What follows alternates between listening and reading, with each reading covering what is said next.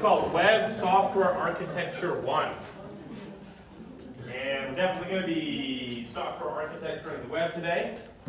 We're going to be talking about error handling for forms. So, on Monday we discussed forms. We talked about the somewhat complicated dance by which you get user data from the user to your application. We talked about making a form, giving it an action and a method. We talked about input elements with name and value attributes. We talked about buttons. And then we talked about processing that user data on the server side using request.get and request.post. Hopefully you all remember that. It was Monday, it wasn't before the break.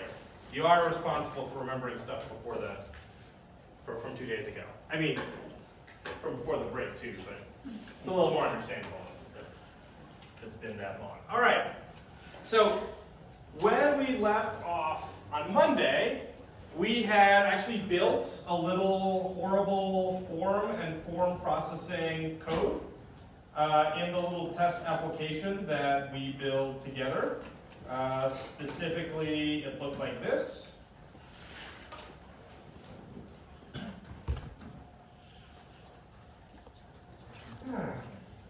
Not like that.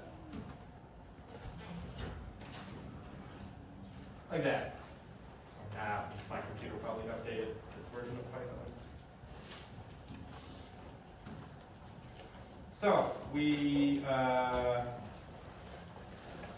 student 3 edit. We built this little form by which we could edit student data. We could give, for example, a new unit. I see. Yeah, we could give a new unit, and we could submit that, and that gets saved in the database. Okay. But as I inadvertently just demonstrated, by typing in the same arbitrary number I had previously, what we haven't yet done is make this work well in cases where the user types in the wrong thing. Okay? So y'all just saw, first of all, that 12. Apparently, there's already a unit in my fake student database with a student with a unit of 12. And so we are failing this uniqueness constraint. Units are supposed to be unique. But apparently I typed in the same one as before. But another one I showed off last time is that if I were evil and I went in and I changed the type of this input field, or maybe I used an old browser that doesn't support type equals number, then I could type a non-number in here, and again, this would cause some kind of error handling. So here, field unit expected a number, got the word hello. So today is going to be all about dealing with invalid input from your user.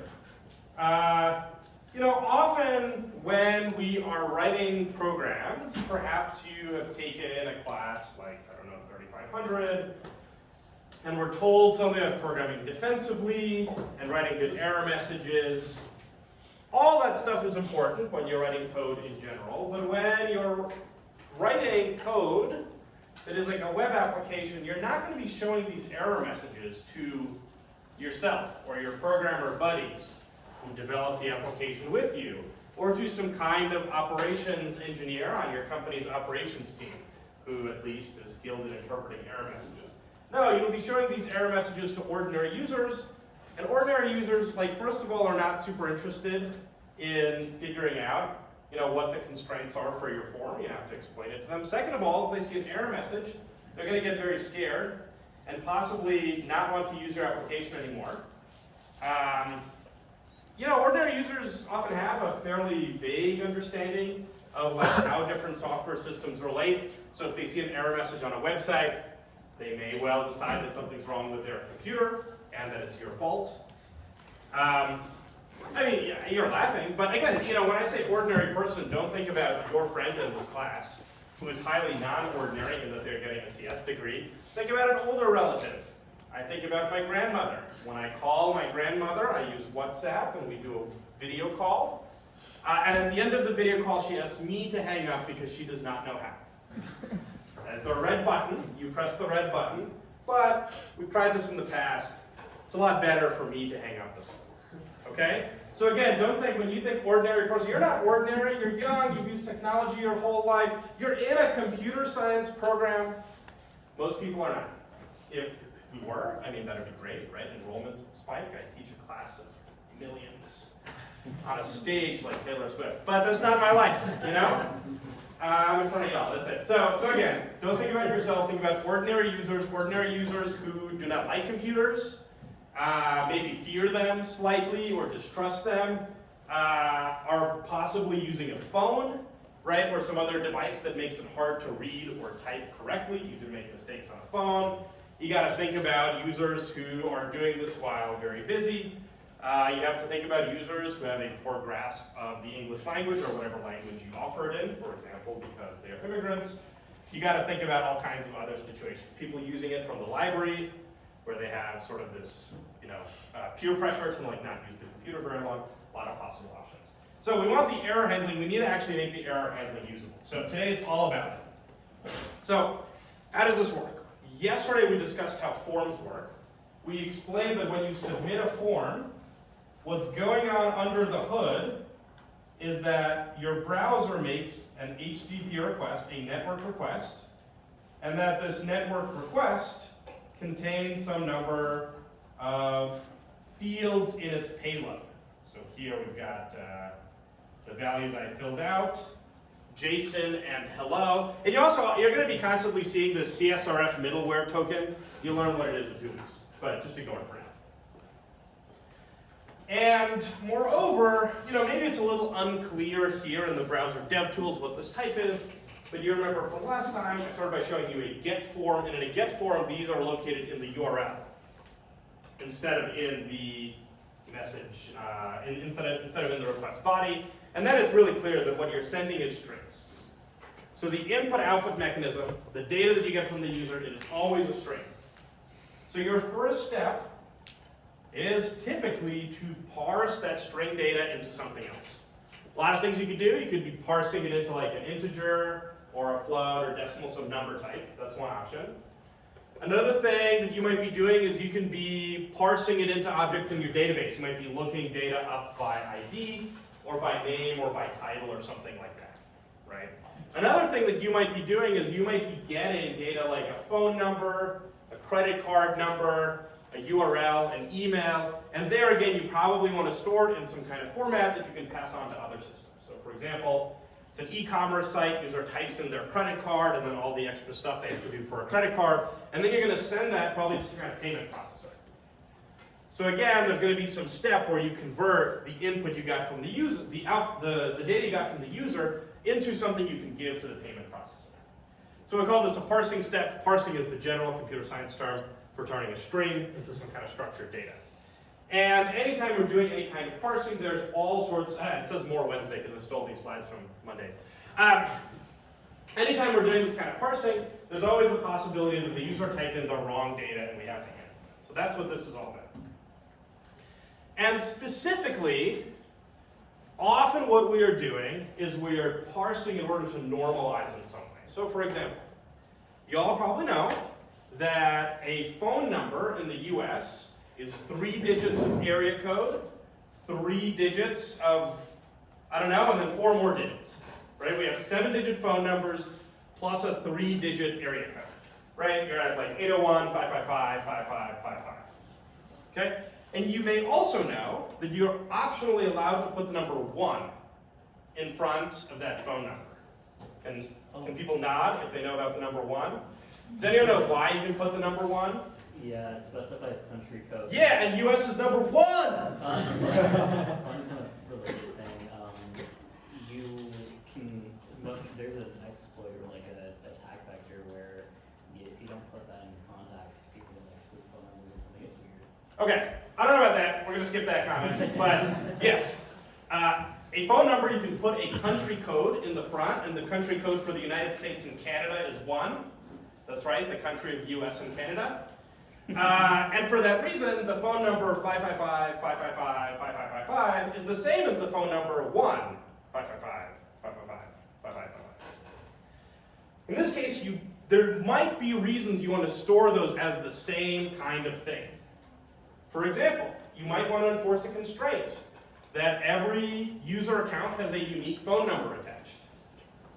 But if you do that, unique has to consider with and without country code to be the same thing, right? Or for example, oh my goodness, come on, come back.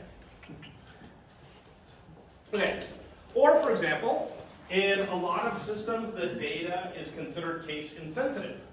For example, the user's address. Probably safe to consider it case insensitive, the post office does. So like the user's street name, city name, etc. Again, there might be reasons why you want to case fold data that is case insensitive. For example, you probably filled out your address on some website at some point and it gave you a drop down of like cities, right? You probably wouldn't want the same city appearing once regular and once all caps. So again, that's a case where we want to normalize the data. When we are dealing with this situation, we are not only parsing data, but we're also doing some kind of normalization steps. So you take a phone number, you parse it into the digits, and then you check. Does it happen to be a 10-digit phone number with the number 1 at the front? Sorry, 11-digit phone number with the number 1 at the front.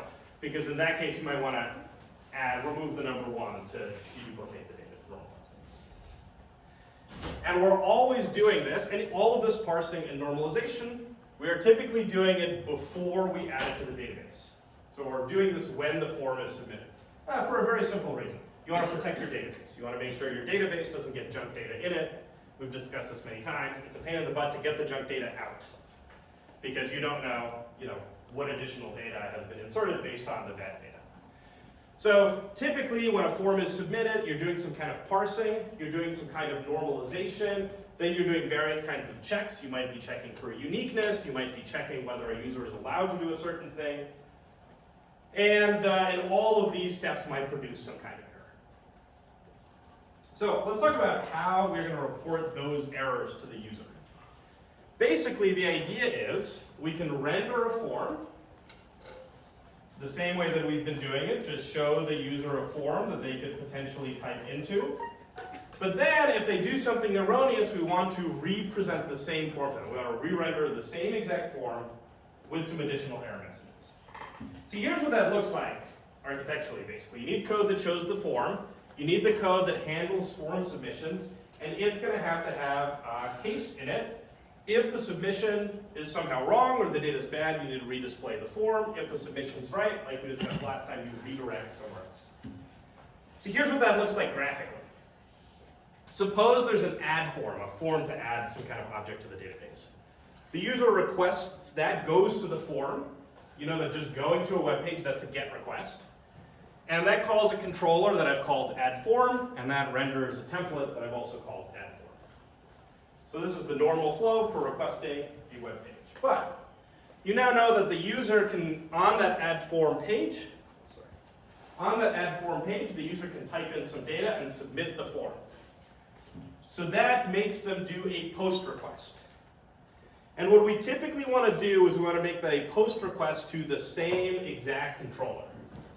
We looked at this in code last time. Our controller here, our controller here didn't do, we looked at that last time. Our controller here, the student edit controller, has two different code paths. One for GET requests, one for POST requests. You can see that in the POST request case, it gets some data from the form, saves it, and returns a redirect. In the GET request case, it instead renders the form. And the reason we want this to be the same controller at the same URL is because when we're submitting the form, we don't actually know whether the user's done. Like the user, let's assume, made some kind of mistake. We're going to want to be at the same URL, showing them the same form with some error messages.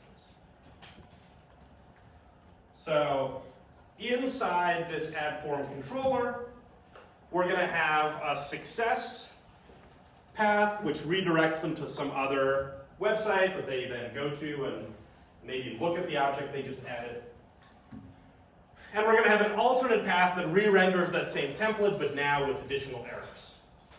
And then the user looks at that re-rendered template, hopefully fixes their mistake or enters in the data correctly this time. They resubmit the form that goes to the add form and this time they redirect to success. So in this diagram, there's this loop in the middle where you re-render with errors, they resubmit, you re-render with errors again, and you keep going around this loop. And so the thing I want you to remember is a couple of things. First, these two are the same controller. You're typically submitting to the same URL that you are at. And then this URL has a code path for GET requests, and then two different options for POST requests, one that deals with errors, one that doesn't. And we'll see the two that, the GET path and the one that deals with errors are going to look pretty similar. Okay, so questions about this? I think this diagram, which is new this year, I'm hoping this diagram is useful to remember. Okay, so I'm going to pause for questions. Yes? So is the both add forms is the same template or like? It's the same controller, the same block of Python code, the same function of use.py, and it's also the same template. Okay. Except that you might have errors to display or you might not have errors to display.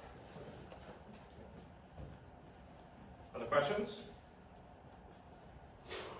Okay, cool. All right. So yeah, important to remember, it's the same controller, but in this exit path we might have some extra data that we want to show in the template. That extra data are the mistakes the user made.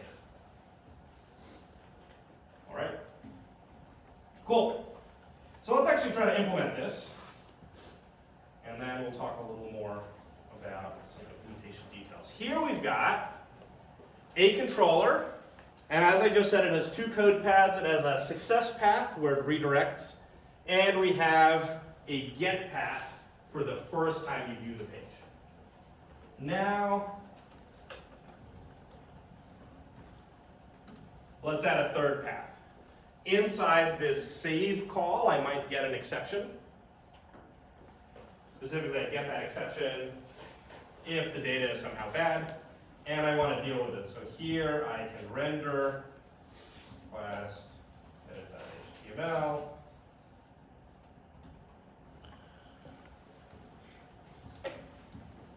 So you can see this is actually the same render code that I have down here.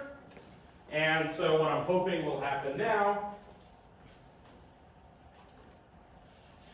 is that if I submit some bad data, like apparently typing in the number 12, and I press enter, it'll redraw, and is it good now? Did I not get an error, or did it just, yeah? Huh. That's suspicious.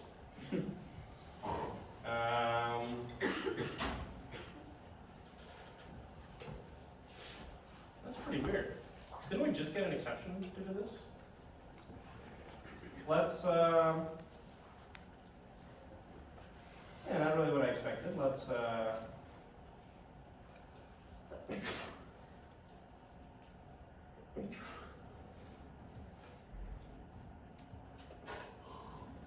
this is the error handling syntax.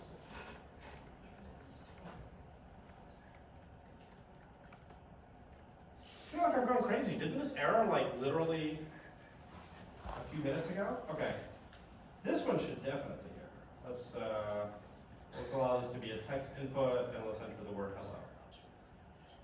Okay? Cool. So now we did catch an exception, and we re-rendered the same page and it didn't do anything. Okay, so this is okay, but one of the reasons I was very confused is because we don't have any method for printing an error message at all. So I was struggling to figure out if we were even catching an error. So let's fix that. The way we're going to fix that is we're going to pass some additional data into the template. You had an error, sad. Sort of Donald Trump style error. And in this case, there's going to be no error. You don't actually necessarily have to write that because the Django default for a variable you didn't pass is to assume it's none, but it's going to be I just put it so that we don't forget. And then at the top of the form, I'm going to print that error message, and I'm going to use a element called output that hopefully you all remember from way before break, but realistically probably not. I've never seen output used for anything other than error messages. So here we're going to stick the error message inside an output field. So now I resubmitted that form, and I'm getting an error message printed here. Unit expected a number but got hello. Then I can type in the number 12, and now it says unique constraint failed. And then if I type 1, 2, 3, 4, now there's no error. Well, probably we want to do something like if error. Just so that doesn't show up. Okay? So now, again, the little code path that we've built, it has a code path for get, which is this stuff down here. We have a code path for posts, and the code path for posts is broken down into two cases. One case, if this succeeds, it returns a redirect. One case, if it fails, we return this record. Okay? Now, look, if it's a super small form like this one, this is just not so bad. But in larger forms, duplicating this stuff gets to be kind of a pain. It's easy to make mistakes, so we're going to write this slightly differently. So we're going to improve this code a little bit to improve both the error messages and the way it looks. So the first thing we're going to do is we're going to say error equal none. And then in here, I will say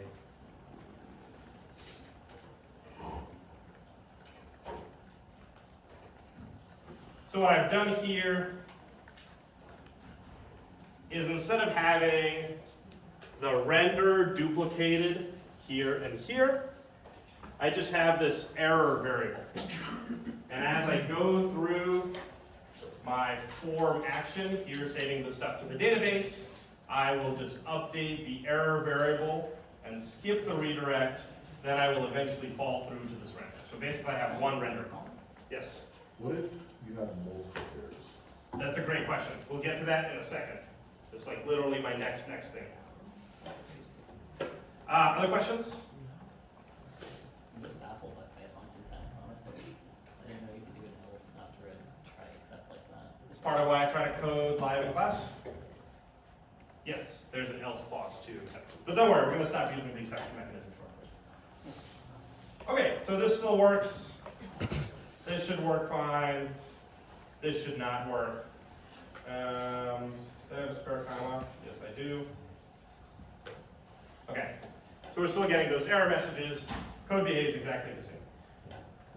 Okay, the next problem we have is that it's pretty ugly to show exception error messages from the guts of Django to the user. Because most of the stuff here doesn't mean anything to the user. Test app student, that refers to our internal Django app name and the name of a model. .unit, okay, starting from the fact that you should not assume normal people are like familiar with like dots, object-oriented syntax, but also there's no reason that they need to or should know that the internal field name is called unit, right? Moreover, unique, the word unique in all caps probably doesn't mean what they think it means, and constraint isn't going to mean anything to most users, right? Unique constraint, this is like some details about how we've set up our database schema. That shouldn't mean anything to users. So a big problem with this error message is that if you show it to a non-programmer who's not familiar with most of the words, the only word they will be able to read and interpret is the word failed. Which is probably going to make them feel bad and definitely not help them through the process, right? So it's really tempting, especially if you're used to writing backend code. Like, hey, I called the library function, it had an error. I don't know what to do, so like, let's just print the error, right? Then I'll see it in my logs and I'll go fix it. But this is not a great idea with users who could not care less what library you are using or how it works. Instead, the thing that's relevant to the user, the thing the user wants to know is how do I not get them? So you're almost never going to want to just catch and reuse exceptions raised somewhere inside the guts of your application. What you might want in a larger deployment is some kind of log where you can write the error message to the log so that you and your friends on the operations team can look at it and fix it later.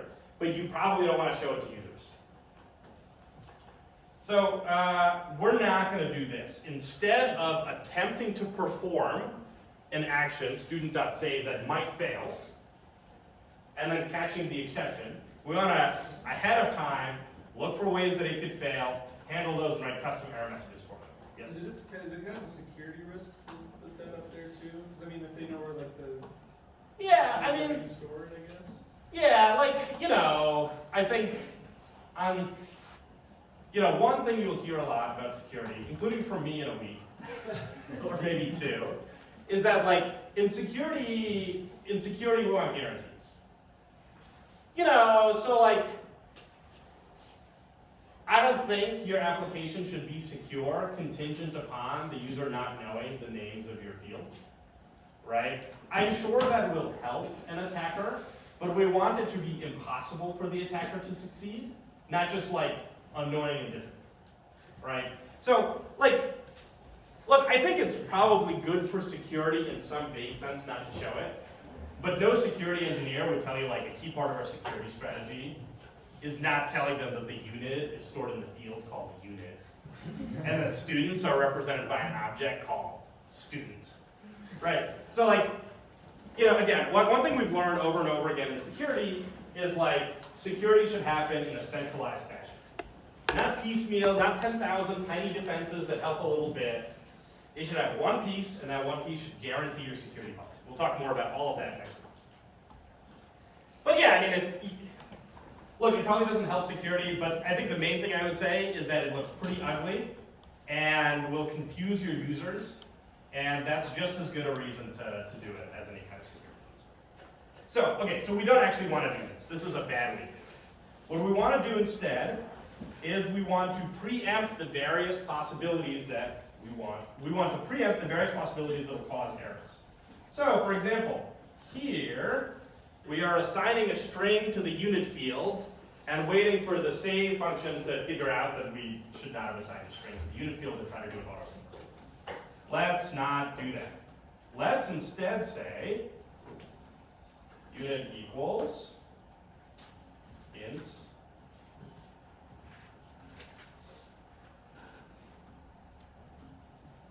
and we remember that I guess the unit can be empty, so we'll say if student unit is the empty string, unit equals none, let's call this parsed unit, elif student unit dot is digit, I think that's the Python method, we'll find out.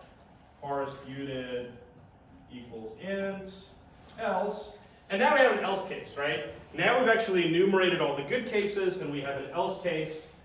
And in this else case, we know something about the error. We know, first of all, that it's related to the unit. We know, second of all, that it's related to, that the unit is not the empty string, and it's not a digit. So now we can write an actually good error message. We can say, the unit you wrote down, Python, you can use these F strings. You put the letter F, bizarrely, in front of the open quote, and then you could use single curly braces. It's meant to be something like format. Yes.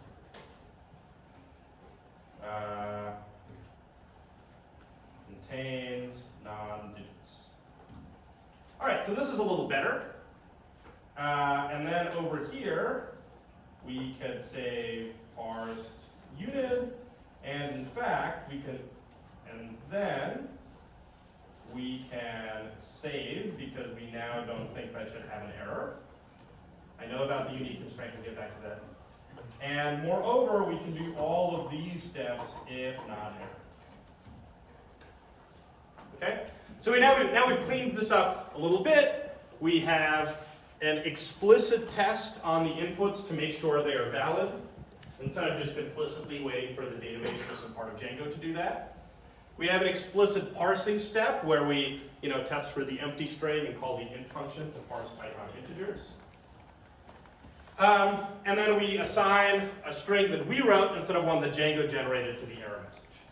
So now hopefully, if we go in here, let's try to submit a non-number again.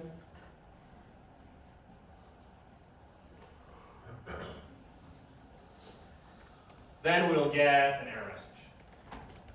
And of course, we can be even nicer than that if we want to. For example, we can say if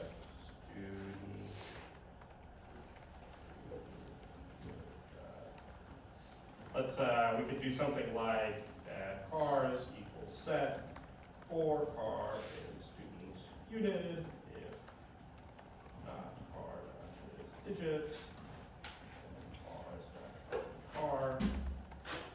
Then we can say the unit we wrote down contains the non-digits and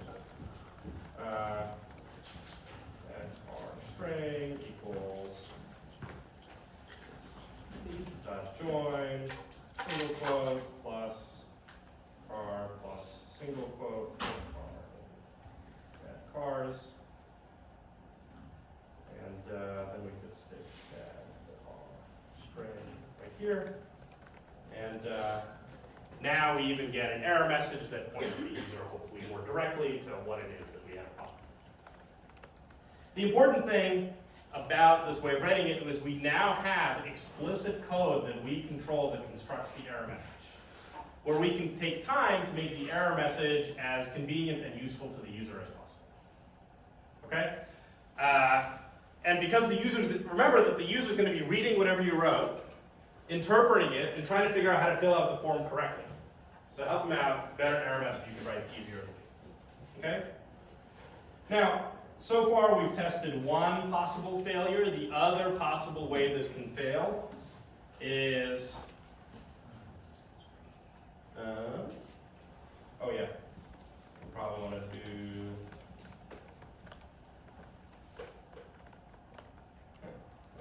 wait, how did this happen? Student.unit equals parsed unit. Your second assignment of unit is spelled units instead of unit. Oh my goodness, I feel so dumb. All right, well, that happens. Those are the ones you spend the longest time doing. Okay, cool. So there's a second error that we can get, a uniqueness constraint. And again, because this is an error we know about, we can explicitly test for it. So we can say if models.student.objects filter ID equals, unit equals parsed unit exists. We could say error equals your unit is already in use. Check that you typed it correctly, and if you did, contact the administrator, for example. Right, again, what I'm doing here is all of the errors that might happen, instead of allowing some other part of the system to deal with them in some probably bad way, I'm writing explicit code to check for them. I'm constructing an explicit error message, and that gives me the possibility of writing better error messages that make more sense. I might write some fairly complicated code to write a good error message, and that's all something I can do. Like, for example, one thing you could do here is, seeing as this student exists, you can go get it and figure out what their name is, and then maybe send an email to the administrator automatically. Oh, you don't have to, right? You can tell the user, hey, you share a unit with Joe. Maybe you don't want that. Then that's a question of like what information you want to give to who. You don't want the student to go beat up Joe after that. But again, we're taking the error messages we show our users, which is a core part of the user experience of typing into a form, which is error prone, and taking control of that so that we can make it as good as possible. So again, let's check that this works. Now, when we resubmit it, we get an error message up here, which is the one that we wrote down. Okay, there's one other benefit of this. which is if for some reason we did not foresee this method call fails, then it looks like a different kind of thing than expected user error. Right? So for example, it's possible that after many years of maintaining this, whatever horrible application this is, after many years of maintaining it, it's possible that you have suddenly filled up the disk space of whatever machine this is stored on. At which point, attempting to save any new data or even run any transactions at all that modify the database will start failing. And at that point, that's not an error message you want to show the user, like, hey, disk full. Because the user can't do anything about it. That really is an error message that you want to look scary, show up clearly in log files, or what other mechanism you have for dealing with exceptional conditions. So again, it's really normal when you're programming to treat exceptional conditions, to put all the exceptional conditions in one bucket. But really here again, we want to separate the concept of the user making a mistake, which they will do, from the concept of you making a mistake, and then have two different code paths. Okay, questions so far? And then we'll get to your question on multiple errors. Yes? This seems like this method would get really long really quickly. Would it typically just be abstracted out into other files, or? Yeah, so we will talk about this, so yes, basically. So for example, one thing that you might want to do is you might want to go to your models file, and then if, for example, you have multiple cases where someone can change the unit multiple forms, you might want to write an isValidUnit method. In fact, I can write it like this. Look, you don't have to remember this, but we can write an isValidUnit method. And if you don't want to put it here, you can put a regular function inside your view. And then what will this say? This will say and then probably, maybe here even, you return error.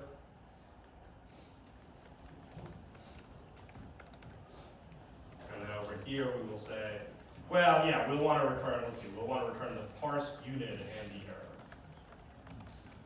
So then over here, this will look more like parsed unit, error equals models dot student dot is valid unit student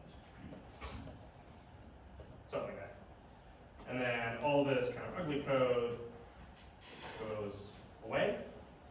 And potentially you can see how now we can break this down into little pieces. You can have is valid name. And I don't know. Realistically, this is how the add valid name method works. It works like this. You have then you have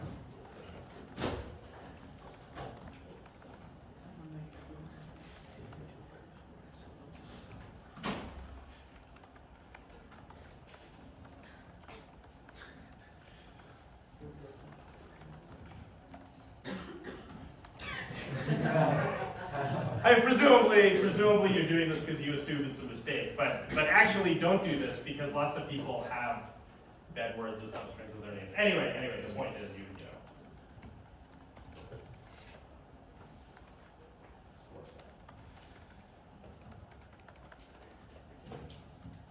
Something like that. So then again, if we want another step here, we would do, and let's return name. So we have a parsed name, error 1 equals models dot student dot is valid name. And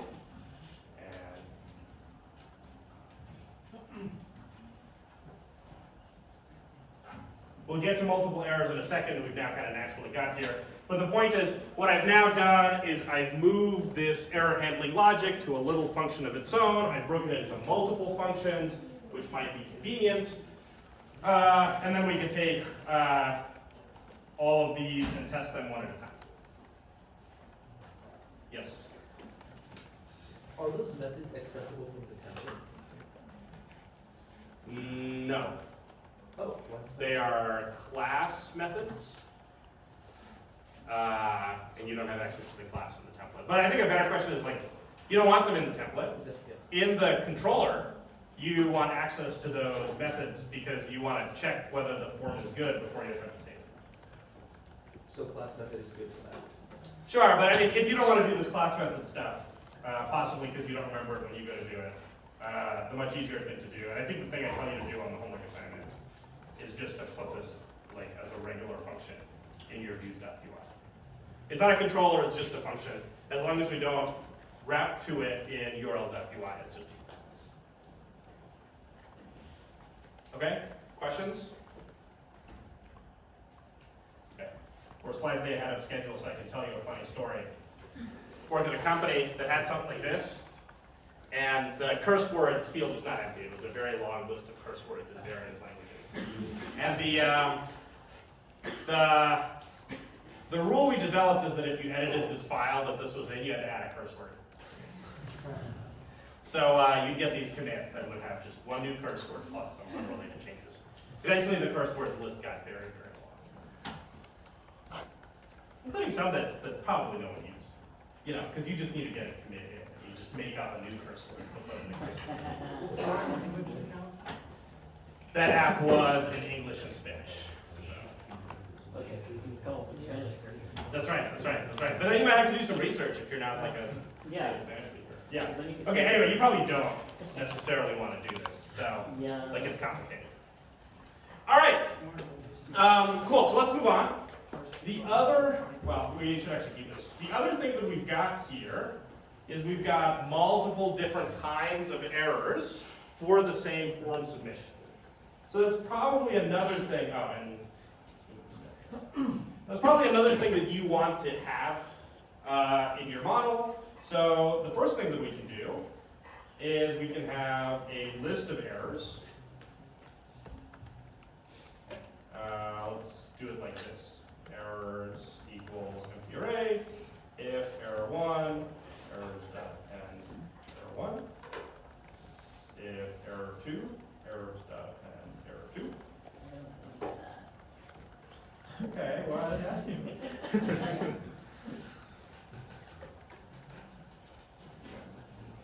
Errors. And then the main point of this is that I can now pass a list of errors, and then we can go to edit.html, and this is going to be a for loop for errors. All right, so that's fair. It's probably good that I did not put in a list of curse words. That would be kind of a funny direction to take the class.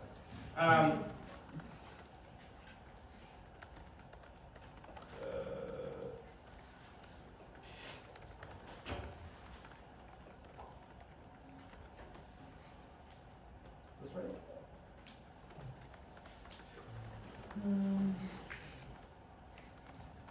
We need to pass the. I see. I need this one. Alright, so we check that. Models dot.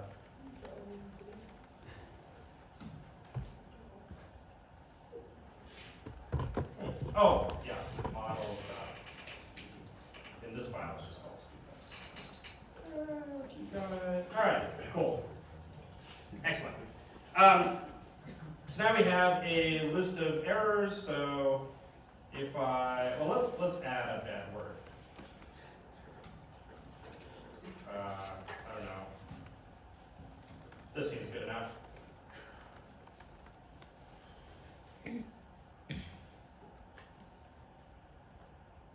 Access parse unit.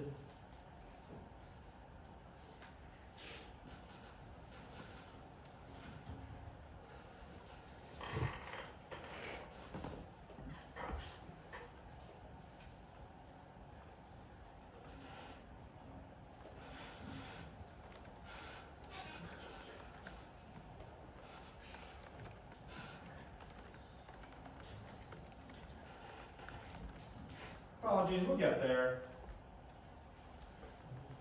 Okay, I feel like that's making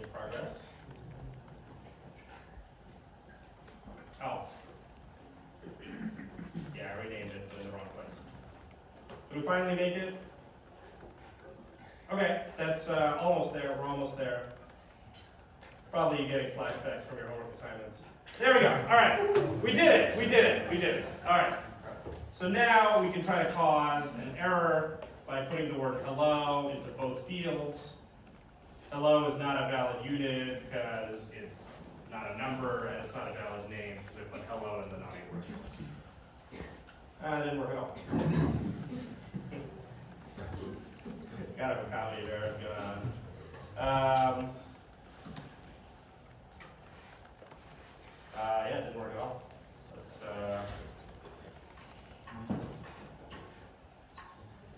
print here.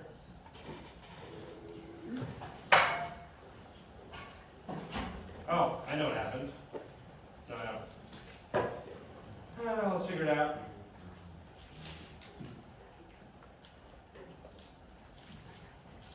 Start the server. Hello, and let's take the word hello here. Save. Yeah, so we got a list of errors here. That's good. It also doesn't save. That's good. That goes here.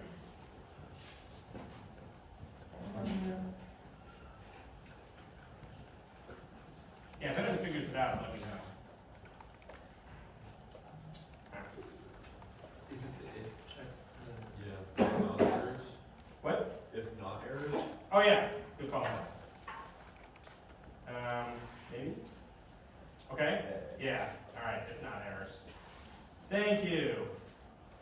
We would have been here a while. All right, cool. So now we can get multiple error messages out. So this is better because the user had multiple mistakes, and we might as well tell them about both. Yes? So if we have our type set to like only digits, do we still want to check for them not have or for them having digits in that field? Because I mean- anytime you change it to like allowing text, should we worry about that? Yeah, you should. I think I seem to recall that we, for whatever reason, allowed an empty unit. So then I have a special case for empty string. But yes, you're going to want to think about that. Right? The empty string is not a valid number, even though it only contains digits. Okay, cool. So we're getting a little closer to what this would look like if you actually wanted it to be usable. But one thing is a little bit weird. We stuck all the errors at the top here. And it'd be more convenient if they were right next to the actual fields that the user is typing correctly into. So let's make one final change here. We're going to turn this into a dictionary.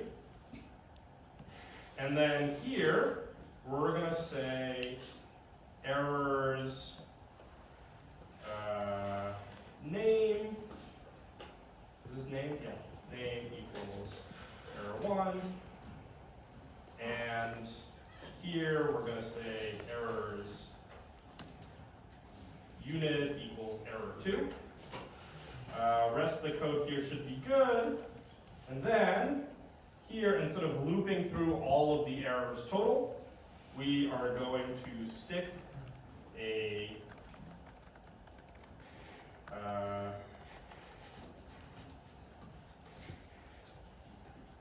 errors.name. And over here, we will do errors dot. So now, if we submit this, we'll get the error message right next to each field. Yes? Did you add the div because outputs are line? Yeah, I mean, that's the sort of thing I told you not to do, which is to add HTML to achieve a certain styling effect, but hopefully you will forgive me. I don't really want to mess with CSS here. Okay, so we're almost there. We now have a situation where we've built a somewhat complicated data structure, a dictionary that maps field names to error messages. And this now almost works. The only case that doesn't work, oh yeah, it does work, cool. The only thing that's a little bit weird is I'm only allowing a single error per type. And in principle, you could do something like if name in not in errors name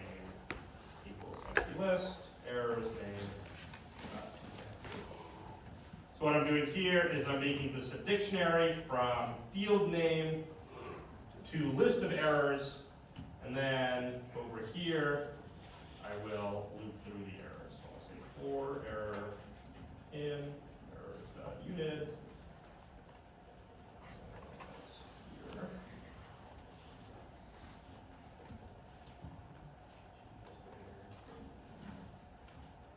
And we'll do the same here.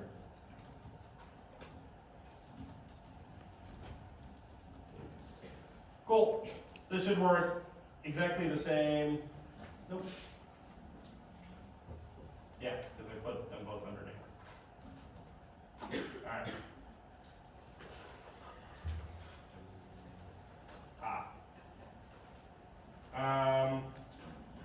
Let's just pre-fill them and then not worry about this. Name list. Oh, I see. I didn't change it. I was just be copying and pasting it correctly without updating everything. This, maybe we'll find a way. Okay, cool.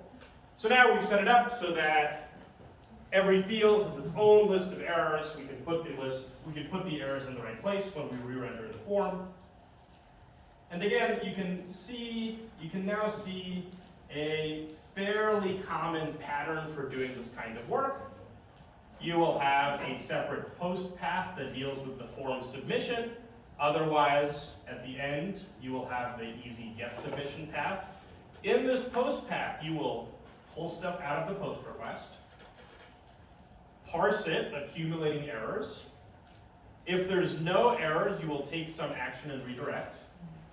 And otherwise, you will fall through to the form rendering code, which is going to use that data structure of errors you've already accumulated to tell the user what they did wrong.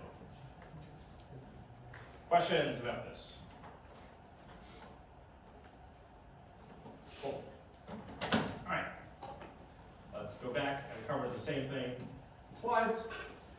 So, yeah, basically, we're going to want to do all of this work because good errors are going to help users fill out their form. You know, a fun version of this is, have you ever bought anything with a credit card and it asks you to fill out your address and the 3 digits on the back and your city and zip code? Right, some people are nodding. Have you sometimes instead bought something online and it didn't ask for your address? Yeah. And then have you been to a gas station and it asked for your zip code but not the full address? Ever wondered about that? What exactly do you need? Do they ask the address for fun? Sometimes it'll ask for your PIN, but then not need it as well. Yeah. So the answer to all of this is that the credit card number on the front of your card is totally sufficient to charge you money. They just want a billing. However, the zip code, CVV number, your full address, those can all be sent to the credit card company along with your transaction, and the credit card company will use this for fraud detection. Specifically, if you run a business online, people will try to use you for crime in various fun and exciting ways. If you're into online crime, well, I'm not going to teach any of it, I guess. But a really simple one is you steal a credit card from someone, possibly because you work at a 7-Eleven and you just write down the numbers before you punch them into the machine, or because you just hacked Target and you have a database of millions of credit card numbers. But a credit card number on its own isn't super useful. Many of those are inactive. If you run a business that allows people to use credit cards, online criminals will try to make straw purchases through your site, 30 cents worth or $5 worth, just to check, is that credit card active? Can it be used? Because a credit card that's active is much more valuable. So many retailers will require the address, the zip code, etc., because then if that's not provided, or if it's provided incorrectly, the transaction can be rejected without the criminals finding out whether the credit card number actually works. Okay. Anyway, point is, if you've ever filled out one of the long ones where you have to have your address, it's probably been pretty annoying. Especially if you make mistakes, it gets rejected, you gotta go back and fix it. The engineers who build that can probably give you a number for how much money you lose with each additional field that you add. Because every time you add an additional field, you're adding complexity to filling out the form, and some people will give up because it's not worth it, and then they will not buy things from your site and you will lose money.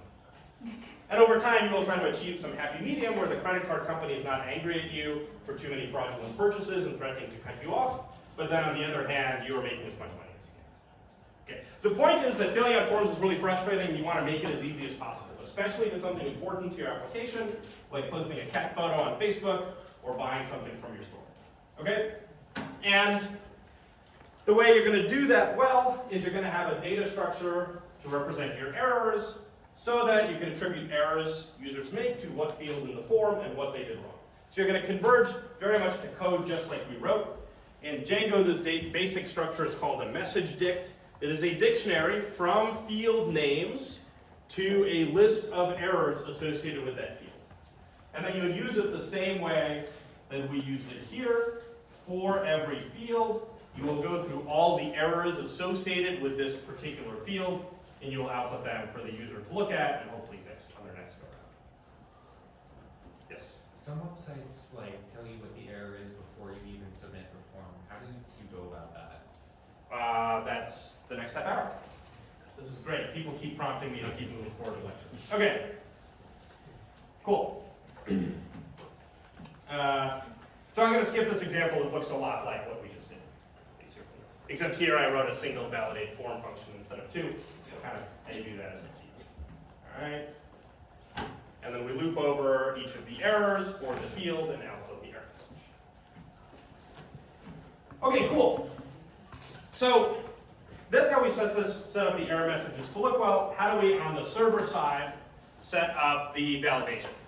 So what you want to do is you want to think back first to what are the various invariants that you want to check about any data that comes in. So for example, in our database, for this test application, we have defined the student data model in 2 lines of code. But these 2 lines of code tell you a lot. First of all, I did not know this, but the name has a maximum length of 200 characters. That is an interesting invariant. Otherwise, it's a string, right? A char field stores a string, but I didn't leave blank equals none. So here's another interesting invariant. We don't want students to have an empty name, which, I mean, seems like a reasonable invariant. So now we take those invariants, which are sort of derived from the data model, and we go back to is valid name, and we say if name is empty, error is you forgot to type in your name. And again, I'm not going to say error, name is empty string, because strings mean something different for people who are not programmers. They're typically not empty, we call those straws. Instead, I'm thinking back to what mistake did the user likely actually make. They probably just forgot to type in this. All right, and then also if name length is over 200, error, name is too long, maybe pick a nickname? I don't know. I mean, 200 is a pretty long name, but some people have very long names, you know? As someone with a 9-character last name, I feel like I can relate. Okay, so first things first, go through your data model and figure out what the invariants actually are. Similarly here, the unit, we know that it's an integer. It's allowed to be null, and it must be unique. So you've taken those, we've turned those invariants into likely error messages to help the user actually avoid the problem. Well, I have a bunch of examples here. You can check that later. Okay, and secondly, we want to enforce this data validity in a single centralized place. So you've already seen, just in writing this, I made some mistakes. I forgot about the empty name case. I forgot about the name too long case. Even though I think when we actually wrote the error model, I made a joke about the name too long. So, yeah, I mean, it's easy to forget stuff. So the first thing is, it's convenient that this lives in a separate method, is valid name, where every time I need to validate a student name, I can call In fact, we're not going to make this other form nice, but I seem to recall there was a student add form. And now here we can also do something like, if models.student.isValidName.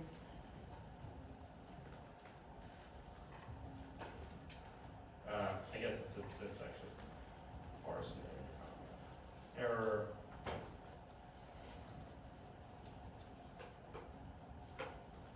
I'm not going to fix up this whole code base, which needs a failure path as well. But now I can reuse this same building block of name checking in other places. So we typically want to centralize it. We don't want to just fix every instance of a user getting an exception by adding one more if statement. Better to look at the model, write down your validation functions in a single place, and check them in the same way. So we'll define all of our invariants in a single place. We check all of them before the data enters the database. And this way the database is protected and there's no way to accidentally circumvent it. So in Django there's a convenient way to do this, which is this validators field. So here I have an example where I'm testing that an age is over 18, and that's an invariant that I can now enforce at the level of interacting with the database. This makes sure that if I forget to call isValidAge, I'm still protecting my database, even though maybe the user gets a suboptimal experience. So one thing that we can do here is we can take this curse words function, and then we could move that up here. Def contains curse word.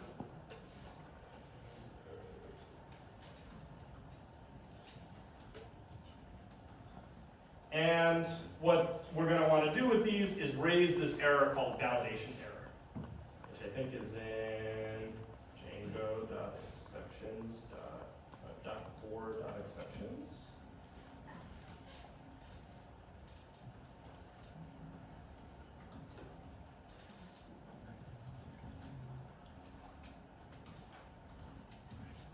So again, I'm moving this to a separate function. I'm going to keep this code in my user level validation function, but I'm also going to enforce it at the Django level. I guess it should be not contains curse word. Okay, so I've put it in the list of validators. I don't remember if we need to run migrations.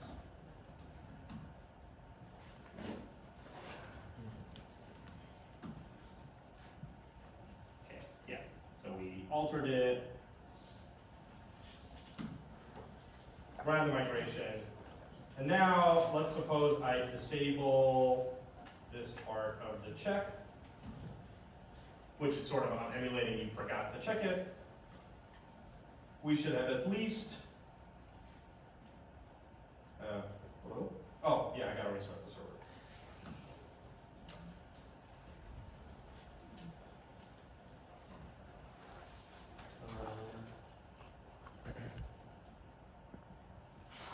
No? Oh, yeah. Hold on, back to slides. All right, yeah, so you can add these validators. Django will check them when you call your clean method.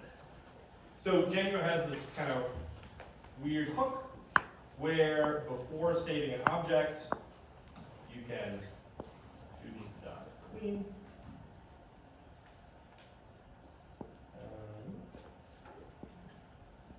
This is this student add thing. Again.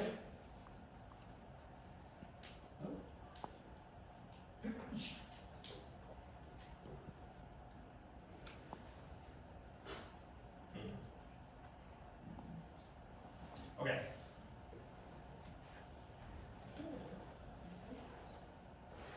I think it's probably something weird with the migration. Let's check.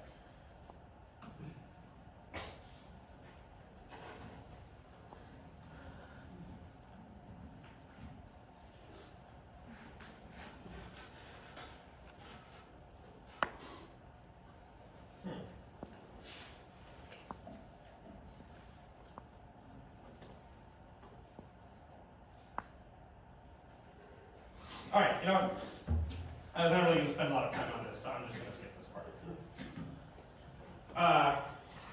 Is it because I didn't call it full page?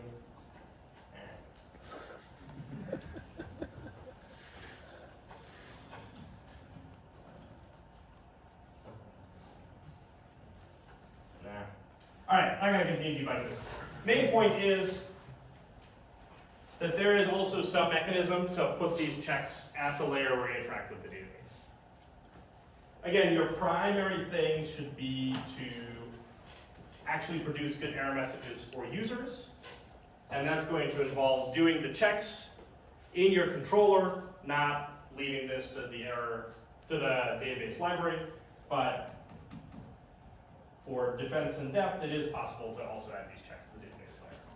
I will try to fix this so you can actually see how it works before I build these. Okay, there's one more thing. So we talked, for example, about these. Oh yeah, no slurs. Excellent. Using the same example as when I wrote this. Cool. So the point is that all right. Main point is that it'll return the same dictionary structure that we already developed in the code. I'm going to skip a little bit on the database side validation because it didn't work. Yes. So with the validators thing, that's validating at the database level after you've already done error production? Yes, that's right. It is supposed to give you something like one of those constraint failures for unique. So it shouldn't be your primary way that you produce error messages, since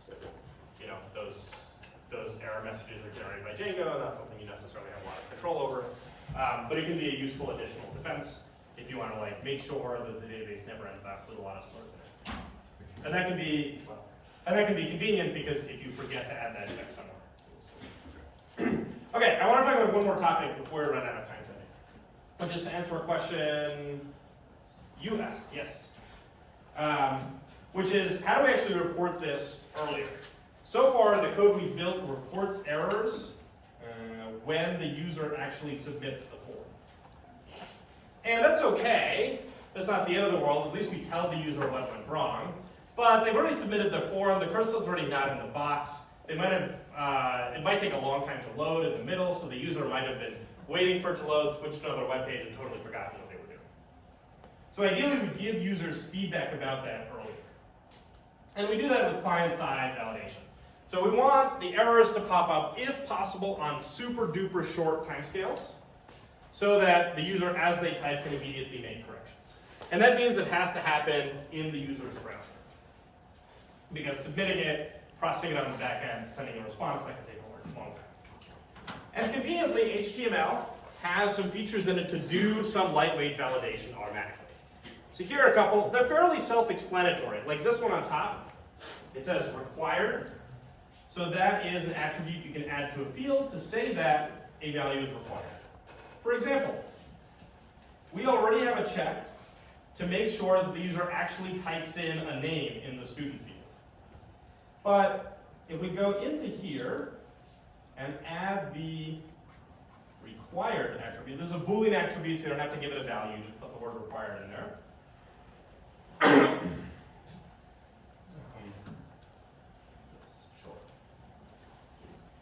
Now, if I try to leave that empty, because that attribute is required, I'll get this little pop-up that says, please fill out this field. That's generated by the browser automatically. In fact, the browser is going to prevent us from submitting the form and just pop this up. That pop-up will occur when I click this, or probably in some other cases as well. In any case, the browser is going to prevent us from submitting the form. That'll save us this request-response cycle, and the browser knows which input fields produce it, so it'll produce a little warning right next to that field. Yes? Can we customize the warnings, or is it just from? So the browser generates them, so no. There are some more complicated methods to customize it in JavaScript, which I'm not going to cover, but you can if you really want to. But it is produced by the browser, right? So you have a lot less control over what exactly you can check and why. But on the other hand, these happen super fast, which is convenient. Some other examples of convenient tests. There's a min length and a max length on text fields. So for example, we can prevent users from writing too long a name by saying max length equals 200. And now, oh boy, let's set it to 5, okay? It'll be a lot easier to debug with a max length of 5. Tough for people whose names contain letters though. So I can type correctly, and when I get to 5 letters, the browser is now refusing, I can bump this. The browser is now refusing to let me type more because I've left a max length parameter. And if through some clever mechanism, I go through and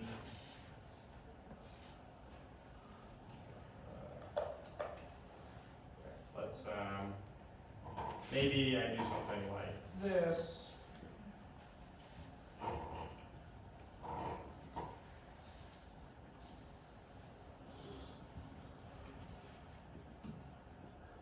So now I have successfully circumvented this check. Oh, okay, I thought that would actually error. Anyway, it does prevent you from typing more. Similarly, there are these min, max, step parameters on numbers, so I can set a minimum and a maximum, say, on units, and a couple of others. So for example, this is for file. The except one is telling you what input types you can use in a file upload. You'll use this in the current homework. And you'll get these little updates. Now, you'll get these little updates explaining what went wrong. So for example, here I have a little screenshot showing the value must be greater than or equal to 13 because this age parameter was too small. Yes? So you talked last time about how users' browsers can't be trusted. That's right. Do we treat that the same here? If it's the browser that's stopping them? Absolutely. Yeah, okay. Yes, in fact, you still need the server-side validation, even if you're using these attributes so that the browser can produce error messages. And the reason is very simple. You can't trust the user's browser. The user can circumvent it by, for example, opening their DevTools and just deleting the attributes you don't want. So we're going to keep the server-side validation. The client-side validation that the browser is doing for you is a user interface improvement. It's faster. Users will more quickly find out what's wrong. Lower latency, but it's still the case that we're going to keep the server-side validation as well. Yes? I feel like this must be really, really important if there's like 3 layers now to preventing. Yes. The reason it's important, I suppose the root cause is up to your religious beliefs, but the point is that people make mistakes. How exactly we got to the point that humans make mistakes, I'm not qualified to tell you. But people make mistakes. I mean, have you not ever typed your password in wrong? It's happened, right? Or your credit card number, or your address, or any number of other details. And especially if people are typing in things on their phone, when they're busy, while they're driving, they really shouldn't do that, but people do this. Yelled across the room to their spouse. This is a common one, right? So people are going to be interacting with your application while giving it the bare minimum of attention they possibly can, which is going to lead to them making lots of mistakes. And there's many levels of protection we want. We want to give them an error message as quickly as possible. That's why we have client-side validation. But we also want to make sure that malicious users can't on purpose send us bad data. So we're going to have some server-side validation as well. And also there's certain things you can check on the server side you can't check on the client. For example, in this horrible test app that we keep using, there's a uniqueness constraint on units. Impossible to test on the client side, which doesn't and probably shouldn't have access to the set of all units. So we're going to end up with both, right? You're still going to have client-side validation, but it's going to be a subset of what you can check on the server. And then you might additionally have validators before you talk to the database to make sure that if your code can't quite be trusted because you, a human, are also fallible, then once again, we're going to add a layer of protection in there as well. So we want to protect the database because that lasts forever. Then we want to protect our application because some users are evil, another thing that your religion may tell you why it's true. And then there's a level above that where you want to protect users that make mistakes and give them an indication of that as quickly as possible. Other questions? Cool. One last thing about client-side validation, and a great reason to use it. There are these two super convenient CSS selectors, pseudo-class selectors, that you can put on input elements to style valid or invalid input elements. So, for example, we had this input element here, which I believe was required. And at this point, it is invalid. Now, it doesn't look any different, but that's because we haven't added our CSS. We can now go in and say, invalid, border, 3 pixel, solid, pink. I don't know. I feel like red would be a little too angry. All right. So now, oops. Yes. I should have thought of it. The input element is invalid, so is the whole form. That's why we're getting 2 borders. We gotta go in here and say input invalid. So now if I leave this empty, I'll get that red border. And you can do any kind of styling that you want here. So you can do maybe background. Valid, invalid. And again, the convenient thing about this is it will update immediately as the user types.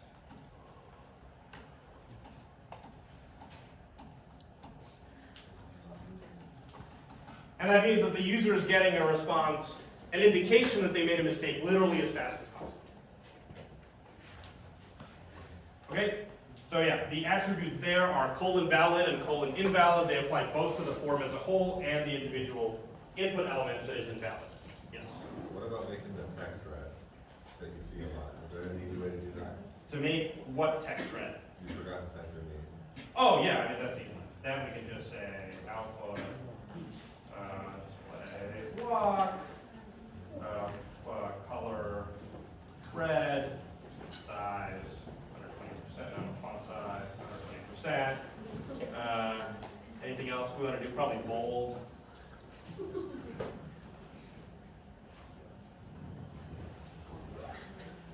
Yeah, that's easy. That's another good reason to stick it in an output element always, then you can have a single rule.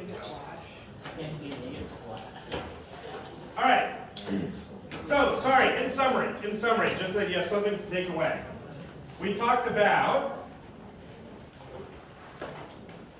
the basic architecture for forms, where you have a single controller handling both get and post requests. It has a fall-through path that renders the template and a success path that returns a redirect.